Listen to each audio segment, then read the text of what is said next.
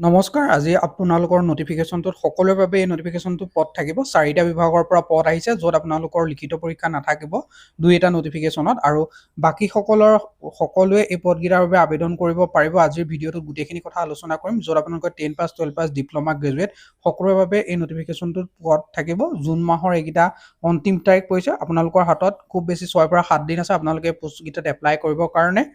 4 পৰা 7 দিন সময় থাকিব। প্ৰতিটো নটিফিকেশ্যনৰ কাৰণে বেলেগ বেলেগ হয়। আপোনালোকে আমাৰ ভিডিঅ'টো শেষলৈকে চাই থাকিলে আজি গোটেই নটিফিকেশ্যনকেইটাৰ বিষয়ে গম পাব। বলক আজি আমি ভিডিঅ'টো আৰম্ভ কৰোঁ।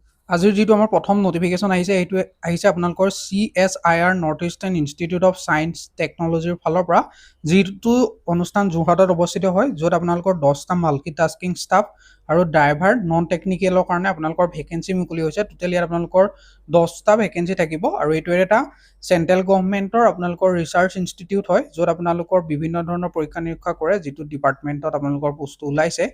তাৰে মাল্টিটাস্কিং ষ্টাফৰ কাৰণে আপোনালোকৰ 9টা ভেকেঞ্চি থাকিব, য'ত আপোনালোকৰ কেটেগৰী ৱাইজ পদসমূহ তেওঁলোকে ভাগ কৰি দিছে। আনৰিজাৰ্ভৰ কাৰণে 4টা, EWSৰ কাৰণে 1টা, OBC NCLৰ কাৰণে 2টা, SCৰ কাৰণে আপোনালোকৰ 1টা, STৰ কাৰণে 1টা থাকিব। এজ লিমিটটো আপোনালোকৰ মেক্সিমাম এজ 25 বছৰ হ'ব পাৰিব। তাতকৈ বেছি হ'লে আপোনালোকে এপ্লাই কৰিব নোৱাৰে। পে মেট্ৰিক্সটো আপোনালোকৰ লেভেল 1, আৰু এছেঞ্চিয়েল কোৱালিফিকেশ্যনটো আপোনালোকে মেট্ৰিক পাছ কৰিলে এই পৰীক্ষাটোৰ বাবে বা ইয়াৰ বাবে এই পোষ্টকেইটাৰ বাবে আপোনালোকে এপ্লাই কৰিবলৈ আপোনালোক ইলিজিবল হ'ব। ড্ৰাইভাৰ নন টেকনিকেলৰ কাৰণে যিটো পোষ্ট আছে, সেইটো এটাই পোষ্ট আছে, য'ত আপোনালোকৰ 27 বছৰ মেক্সিমাম এজ হয়, আৰু লেভেল 2 হ'ব পে মেট্ৰিক্স, আৰু ইয়াতো আপোনালোকে মেট্ৰিক পাছ কৰিব লাগিব এপ্লাই কৰিবৰ কাৰণে। আৰু প্ৰফেশ্যনেল যিটো কোৱালিফিকেশ্যন, যেনে আপোনালোকৰ LMV বা HMV ড্ৰাইভিং লাইচেঞ্চ হওক, আপোনালোকৰ মটৰ গাড়ীৰ ওপৰত নলেজ হওক, আৰু 3 নম্বৰটো কৈছে যে তেওঁলোকে 3 বছৰ এটলিষ্ট গাড়ী চলোৱাৰ এক্সপিৰিয়েঞ্চ লাগে। আৰু ইয়াত আবেদন কৰিবৰ কাৰণে ইণ্ডিয়াৰ চিটিজেন হ'লেই হ'ল। লগতে আপোনালোকৰ এজ ৰিলেক্সেশ্যনৰ সুবিধা লাভ কৰিব। ST SC সকলে 5 বছৰ, OBC সকলে 3 বছৰ, PWD আনৰিজাৰ্ভ সকলে 10 বছৰ, PWD OBC সকলে 13 বছৰ, PWD ST SC সকলে 15 বছৰ এজ ৰিলেক্সেশ্যন পাব। কেটেগৰী ৱাইজ যদি পদসমূহৰ এপ্লাই কৰিবৰ কাৰণে আপোনালোকৰ এপ্লিকেশ্যন ফিজ চাবলৈ যায়, জেনেৰেল, OBC, EWSৰ কাৰণে 500 টকা, ST SC, PWD সকলে কোনো ধৰণৰ পে'মেণ্ট কৰিব নালাগে। ESM, ওমেন আৰু CSIRৰ এমপ্লয়ীসকলে কোনো ধৰণৰ এপ্লিকেশ্যন ফিজ পে'মেণ্ট কৰিব নালাগে। আৰু ইয়াত এপ্লাইটো আপোনালোকৰ অনলাইন মাধ্যমত হ'ব। ইম্পৰ্টেণ্ট ৱেবলিষ্ট ছেকশ্যনত যাব, মই ভিডিঅ'ৰ ডেছক্ৰিপশ্যন বক্সত লিংক দি থৈছোঁ, আৰু আপোনালোকে আমাৰ ভিডিঅ'ৰ ডেছক্ৰিপশ্যন বক্সতে হোৱাটছআপ চেনেলৰ লিংক পাব, তাতো জইন হৈ থাকক। তাতে মই ইয়াৰ লিংক শ্বেয়াৰ কৰি দিম।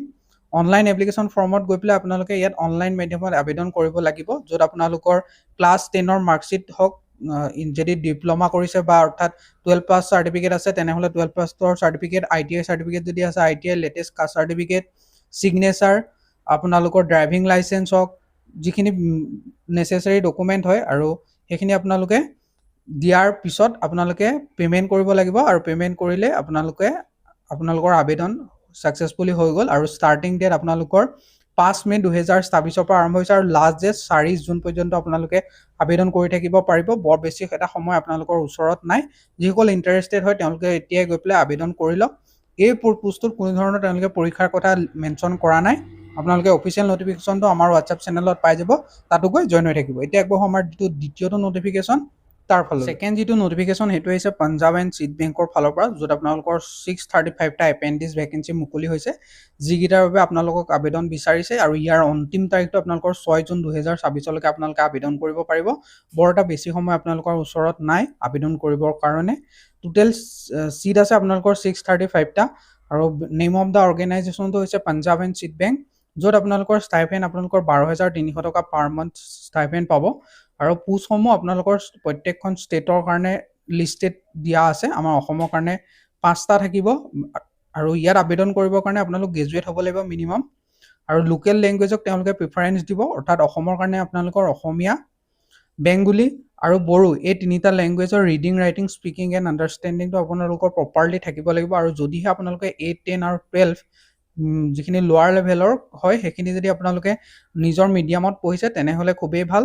এজ লিমিটটো 20 বছৰৰ পৰা 28 বছৰৰ ভিতৰত প্ৰত্যেকজন কেণ্ডিডেটে আবেদন কৰিবলৈ এলিজিবল হ'ব। ST SC সকলে 5 বছৰ এজ ৰিলেক্সেশ্যন, OBC সকলে 3 বছৰ এজ ৰিলেক্সেশ্যন, PWD আনৰিজাৰ্ভ সকলে 10 বছৰ এজ ৰিলেক্সেশ্যন লাভ কৰিব। চিলেকশ্যন প্ৰচিডিঅ'ৰটো ফাইনেল চিলেকশ্যন আপোনালোকৰ HSLC বা 12 পাছৰ মাৰ্কৰ ওপৰতো বেছ কৰিব। তেনেকৈ আপোনালোকৰ বেছ কৰি পেলাই আপোনালোকৰ চিলেক্ট কৰিব। আৰু এই এপেণ্ডিক্সৰ পোষ্টত মই আপোনালোকক এইটো কাৰণেই এইটো নটিফিকেশ্যনত আনিছোঁ, আপোনালোকে ইয়াত এপ্লাই যিটো ফিজ হয় সেইটো অলপ কম হয় বাকীখিনিৰ তুলনাত, কাৰণ বাকীবোৰত আপোনালোকৰ এপেণ্ডিক্স পোষ্টত এপ্লাই কৰিবৰ কাৰণে 800-900 টকা লাগে, ইয়াত অলপ কম লাগিব, 500 টকাৰ ভিতৰত আপোনালোকৰ হ'ব। ST SA PWDৰ কাৰণে 100 টকা, আৰু application taxes and payment gateway charge মিলাই আৰু 50 টকা এটা ধৰক, আৰু আনৰিজাৰ্ভ PWS আৰু OBC সকলৰ বাবে 200 টকা, আৰু ইয়াৰ লগত আপোনালোকৰ এপ্লিকেবল টেক্সেছ বা পে'মেণ্ট গেটৱে চাৰ্জ মিলাই আপোনালোকৰ আৰু 50 টকা এটা 250 টকা মানত আপোনালোকৰ নটিফিকেশ্যনটো এপ্লাই হৈ যাব। ইয়াৰ বাবেও আপোনালোকে অনলাইন মাধ্যমতে আবেদন কৰিব লাগিব। ইয়াৰ আবেদন বৰ্তমান চলি আছে, আপোনালোকৰ 21 মে'ৰ পৰা আবেদন আৰম্ভ হৈ গৈছে, আৰু লাষ্ট ডেট 6 জুন পৰ্যন্ত আপোনালোকে পোষ্টকেইটাৰ বাবে আবেদন কৰি থাকিব পাৰিব। যিসকলে আবেদন কৰা নাই তেওঁলোকে আবেদন কৰি ল'ব পাৰে, ইয়াত কোনো লিখিত পৰীক্ষা নহয়। এতিয়া আগবঢ়ো আমাৰ নেক্সট অৰ্থাৎ 3 নম্বৰ আজিৰ যিটো নটিফিকেশ্যন তাৰ ফাললৈ। আজিৰ যিটো 3 নম্বৰ নটিফিকেশ্যন আহিছে সেইটো হৈছে আপোনালোকৰ BSNLৰ ফালৰ পৰা জুনিয়ৰ টেলিকম অফিচাৰৰ পোষ্ট মুকলি হৈছে, য'ত আপোনালোকৰ 100টা পোষ্ট আছে, যিটোত আপোনালোকৰ BE BTech কৰাসকলে আবেদন কৰিব পাৰিব। এজ লিমিটটো 20ৰ পৰা 30 বছৰ আপোনালোকৰ সময়, আৰু এপ্লিকেশ্যন ফিজটো 2000 টকা দিব লাগিব, আৰু ষ্টাৰ্টিং ডেট 4 জুনৰ পৰা আৰম্ভ হৈ গৈছে, আৰু লাষ্ট ডেট 3 জুলাই পৰ্যন্ত আপোনালোকে আবেদন কৰিব পাৰিব। এই পোষ্টকেইটা বৰ্তমানলৈকে আবেদন আৰম্ভ হোৱা নাই, আবেদন আৰম্ভ হ'বহে। আৰু আপোনালোকৰ পে স্কেলটো আপোনালোকৰ 16,400 পৰা 40,500 থাকিব। IDA পে স্কেল E1 হয়, আৰু এইটো আপোনালোকৰ বিভিন্ন ধৰণৰ এলাউন্সেছ লাগিব ইয়াৰ লগত, আৰু আপোনালোকৰ কোন ষ্টেটত কেইটা পোষ্ট আছে আপোনালোকে ষ্টেট ৱাইজ তেওঁলোকে মাৰি থৈছে, সেইখিনিও আপোনালোকে আমাৰ ভিডিঅ'ৰ ডেছক্ৰিপশ্যন বক্সত থকা হোৱাটছআপ চেনেলত গৈ চাব পাৰে। আৰু এডুকেশ্যন কোৱালিফিকেশ্যনটো যদিহে চাবলৈ যায়, যিসকলে BE BTech কৰিছে ৰিকগনাইজ ইউনিভাৰ্চিটি বা ইনষ্টিটিউটৰ পৰা, আৰু তেখেতলোকৰ ষ্ট্ৰীম বা যিটো ষ্ট্ৰীমটো হয় সেইটো যদি telecommunication, electronics, radio', computer, electrical, information technology and instrumentation হয়, তেনেহ'লে আপোনালোকে আবেদন কৰিব পাৰে। আৰু যিসকলে MSc in electronics and MSc in computer science কৰিছে তেওঁলোকৰ বাবেও আবেদন কৰিবলৈ তেওঁলোক ইলিজিবল হ'ব। বয়সৰ সময়সীমা 18 বছৰৰ পৰা 30 বছৰৰ ভিতৰত বিচাৰিছে। এজ ৰিলেক্সেশ্যনৰ সুবিধা লাভ কৰিব। ST SC সকলে 5 বছৰ, OBC সকলে 3 বছৰ, PWD আনৰিজাৰ্ভ সকলে 10 বছৰ, PWD OBC সকলে 13 বছৰ, PWD ST SC সকলে 15 বছৰ পাব। আৰু মুড অফ আপোনালোকৰ এক্সাম হ'ব 3টা প্ৰচিডিউৰত, আৰু এই এক্সামৰ জৰিয়তে তেওঁলোকে চিলেকশ্যন কৰিব।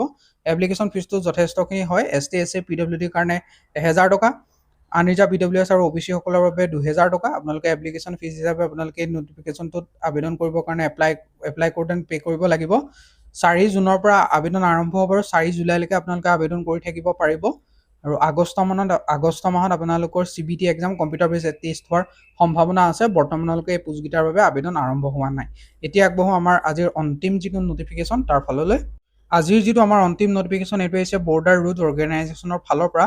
এইটো এটা খুবেই ভাল আপোনালোকৰ ভেকেঞ্চি আহিছে। যদিহে আপোনালোক ইণ্টাৰেষ্টেড হয় তেনেহ'লে আপোনালোকে আবেদন কৰিব পাৰে।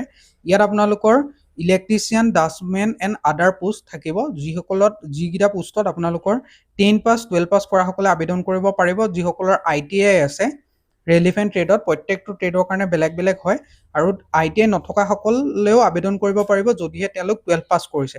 আৰু ইয়াত আপোনালোকৰ এপ্লিকেশ্যন ফিজটো বহুতেই কম, 50 টকা আপোনালোকৰ এপ্লিকেশ্যন ফিজ। আৰু এটা চেণ্ট্ৰেল গভৰ্ণমেণ্টৰ এইটো এটা অৰ্গেনাইজেশ্যন হয়, যিটোৱে আপোনালোকৰ ৰাস্তা বনায় বৰ্ডাৰ এৰিয়াত।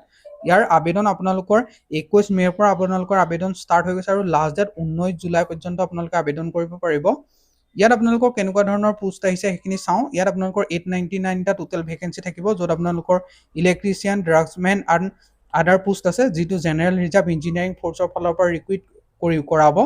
আৰু ইয়াত আপোনালোকৰ 19 জুলাই পৰ্যন্ত আপোনালোকে আবেদন কৰি থাকিব পাৰিব এই পোষ্টকেইটাৰ বাবে। আৰু মেইনলি চবতকৈ ডাঙৰ গুড নিউজটো এইটোৱে, যাতে ইয়াত নৰ্থ ইষ্টাৰ্ণ ৰিজন অৰ্থাৎ ইনক্লুডিং আছাম, গোটেই নৰ্থ ইষ্টৰ ষ্টেটকেইখনৰ কাৰণে এই যিকেইটা পোষ্ট আছে এইকেইটা ৰিজাৰ্ভ হয়, অৰ্থাৎ তেওঁলোকে নৰ্থ ইষ্টৰ কেণ্ডিডেটসকলে পোষ্টকেইটাত আবেদন কৰিব পাৰিব। আৰু ইয়াত যদি আপোনালোকে চাবলৈ যায় 899টা পোষ্ট আছে, তাৰে ডাষ্টমেনৰ কাৰণে 42টা, হিন্দী টাইপিষ্টৰ কাৰণে 10টা, ষ্ট'ৰ কিপাৰ টেকনিকেল, যিটো ষ্ট'ৰ কিপাৰ টেকনিকেল আপোনালোকৰ 300 পোষ্ট আছে, যিটোত আপোনালোকে 12 পাছ কৰিলে আবেদন কৰিব পাৰিব। অপাৰেটৰ কমিউনিকেশ্যনৰ কাৰণে আপোনালোকৰ ITI লাগিব, আৰু অপাৰেটৰ এক্সকেভেটৰ মেচিনাৰীৰ কাৰণে 207টা আছে, আৰু ইলেক্ট্ৰিচিয়ানৰ কাৰণে 79টা পোষ্ট আছে। আৰু ইয়াত কেৱল মাত্ৰ মেল কেণ্ডিডেটসকলেহে আপোনালোকে আবেদন কৰিবলৈ এলিজিবল হ'ব। ইয়াত কোনো ধৰণৰ ফিমেল কেণ্ডিডেট এলিজিবল নহয়, কাৰণ এইটো মেইনলি ৰিম'ট এৰিয়াত আপোনালোকৰ লোকেশ্যন হ'ব য'ত আপোনালোকৰ কাম কৰিব লগা জেগাবোৰ আপোনালোকৰ ৰিম'ট এৰিয়া হয় আৰু 18 বছৰ বা 27 বছৰ ভিতৰত কেণ্ডিডেটসকলে আবেদন কৰিব পাৰিব। এজ ৰিলেক্সেশ্যনৰ সুবিধা আছে। ST SC সকলে 5 বছৰ, OBC সকলে 3 বছৰ, PWD সকলে 10 বছৰ। এডুকেশ্যন কোৱালিফিকেশ্যন যদিহে ডাষ্টমেনৰ চাই তেতিয়াহ'লে 10 পাছ কৰি যদি 2 বছৰীয়া আপোনালোকৰ আৰ্কিটেকচাৰ এণ্ড ডাষ্টমেনশ্বিপ যদি কৰিছে ITI ৰ পৰা তেনেহ'লে আপোনালোকে আবেদন কৰিব পাৰে। আৰু হিন্দী টাইপিষ্টৰ বাবে আপোনালোকে 12 পাছ বৰ্ড পাছ কৰা হ'ব লাগিব আৰু অৰ্থাৎ মেইনলি আপোনালোকৰ হায়াৰ ছেকেণ্ডেৰী পাছ লাগে আৰু লগতে 30টা word per minute Hindi word typing কৰিব পৰা আপোনালোকৰ কেপাচিটি থাকিলে আবেদন কৰিব পাৰে। ষ্ট'ৰ কিপাৰৰ কাৰণে 12 পাছ কৰা বিচাৰিছে আৰু ষ্ট'ৰ কিপাৰৰ ওপৰত নলেজ থাকিলেই হ'ল। এইটোতো আপোনালোকে আৰু বেলেগ একো নালাগে, 12 পাছ কৰিলে আপোনালোকে আবেদন কৰিব পাৰে। যিসকলে মানে যাৰ কোৱালিফিকেশ্যন মিলিছে তেওঁলোকে আবেদন কৰিব, নকৰাকৈ নাথাকিব, কাৰণ বহুতে ভাল পোষ্ট হয় এইবোৰ, খালি ৰিম'ট এৰিয়া আৰু সেইটোৱে প্ৰব্লেম।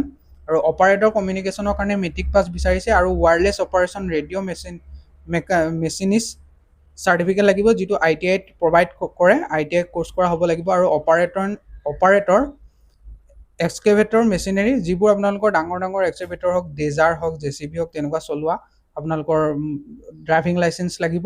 লগতে সেইটো পাছ আউট কৰা আপোনালোকে যদিহে তেনেকুৱা ধৰণৰ কিবা শিকিছে তাৰ চাৰ্টিফিকেট লাগিব। ইলেক্ট্ৰিচিয়ানৰ কাৰণে 10 পাছ কৰি আপোনালোকে ইলেক্ট্ৰিচিয়ান ITI ৰ পৰা পাছ কৰা সকলে আবেদন কৰিব পাৰে। আৰু আনৰিজাৰ্ভ OBC আৰু EWS সকলে 50 টকা পে' কৰিব লাগিব। ST SC PWD সকলে এটকা পে'মেণ্ট কৰিব নালাগে। অনলাইন মাধ্যমত এই পোষ্টকেইটাৰ বাবে আবেদন হৈ আছে, হ'ব। আৰু আপোনালোকৰ ইম্পৰ্টেণ্ট ডেটটো 21 মে' পৰা এই পোষ্টকেইটাৰ আবেদন আৰম্ভ হৈ গৈছে আৰু 19 জুলাই পৰ্যন্ত আপোনালোকে আবেদন কৰি থাকিব পাৰে। আৰু ইয়াৰ কোনো ধৰণৰ আপোনালোকৰ কি প্ৰচিডিউৰত তেওঁলোকে চিলেকশ্যন কৰিব সেইখিনি আপোনালোকে এবাৰ ৱেবছাইটটোত ভিজিট কৰিলে পাই যাব, নহ'লে আপোনালোকে আমাৰ হোৱাটছআপ চেনেলত জইন কৰক, তাত মই অফিচিয়েল নটিফিকেশ্যনটো দি দিম, আপোনালোকে তাতো এবাৰ চাই ল'ব পাৰে। আজিৰ ভিডিঅ'টোত এইখিনি আছিলে। যদিহে আপোনালোকে আমাৰ ভিডিঅ'টো ভাল পালে তেনেহ'লে লাইক এটা কৰিব আৰু এনেকুৱা ধৰণৰ জব ৰিলেটেড আপডেট ভিডিঅ'সমূহ পাই থাকিবলৈ আমাৰ চেনেলটো ছাবস্ক্ৰাইব কৰি ৰাখিবলৈ নাপাহৰিব। আজিলৈ মানে ধন্যবাদ।